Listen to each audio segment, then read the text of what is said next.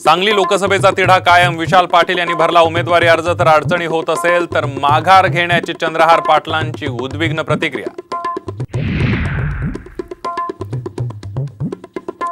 पश्चिम महाराष्ट्रात महायुती आणि महाविकास आघाडीचं शक्ती प्रदर्शन. साताऱ्यात शरद पवारांचा रोड शो तर कोल्हापुरात मुख्यमंत्र्यांची रॅली.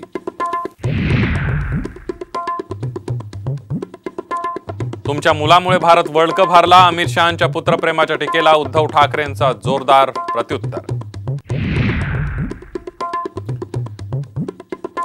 24 एप्रिलला रत्नागिरीमध्ये अमित शहांची जाहीर सभा. नारायण राणेंनी भाजपकडून उमेदवारी फिक्स झाल्याची साम टीव्हीला सूत्रांची माहिती. ईडीकडून केवळ 3% राजकीय लोकांवर कारवाई तर 97% कारवाया इतर व्यावसायिकांवर. ईडी कारवायांवरील आरोप चुकीचे. मोदींचं स्पष्टीकरण. श्रीकांत शिंदे फाउंडेशनमध्ये 500 कोटींचा घोटाळा. संजय राऊतांचे गंभीर आरोप तर पत्राचालचे आरोपी आता पत्र लिहू लागलेत. श्रीकांत शिंदेंचं प्रत्युत्तर. आणि महाराष्ट्रातल्या बळीराजासाठी खुशखबर. यंदा 106% पाऊस होणार. हवामान विभागाचा अंदाज.